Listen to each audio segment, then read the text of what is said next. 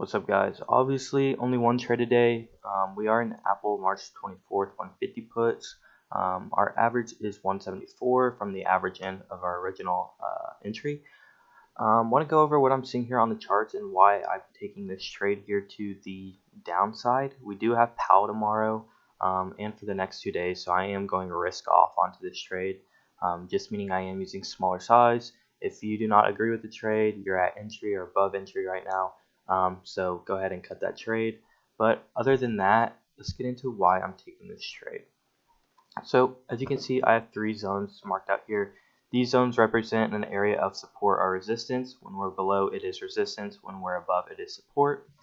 So right now we are in this 155 to 156.25-ish zone, right up in here. The reason being why I'm adding in longer dated puts here is because every time recently, for the past since September, every time we've come up into these zones, we have seen a big reaction to the downside.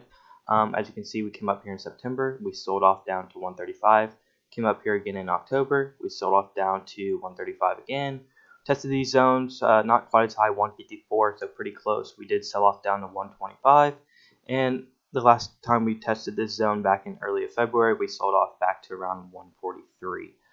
So this zone, ever since the September 2022, these zones up here have acted as a big resistance, and ever since really back in, let's see, what is this?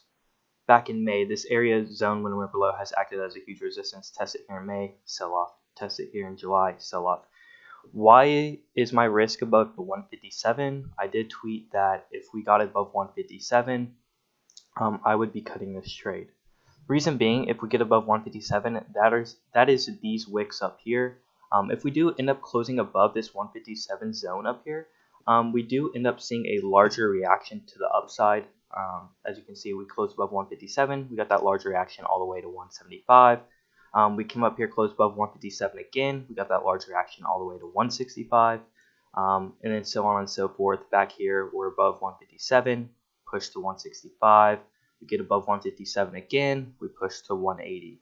So obviously this is a huge pivot point for the bears and bulls here, and I do like the risk to reward to the downside here. Reason being is for the past, ever since September, we have seen sell-offs from this zone, and it has acted as a big support or a big point of resistance. So that's what I'm seeing here on the chart. We're just up in these 157 area to 155 area where it has acted as a big resistance since September, and we have seen that large reaction to the downside shortly after. Once again, this can all change with Powell speaking the next 2 days. No clue what that man's going to say. That's why I am going to risk off our smaller size on this position.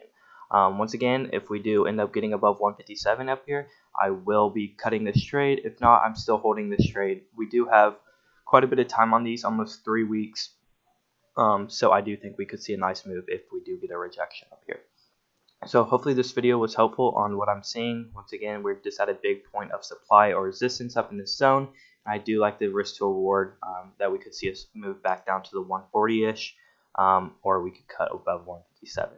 All right, so that's my thesis on this trade. Hopefully it was helpful. And once again, probably this will be the only trade today, as I want to go risk off into POW. Using smaller size, this is just a risk off week. We have PAL 2 more times, and we have NFP, and I believe another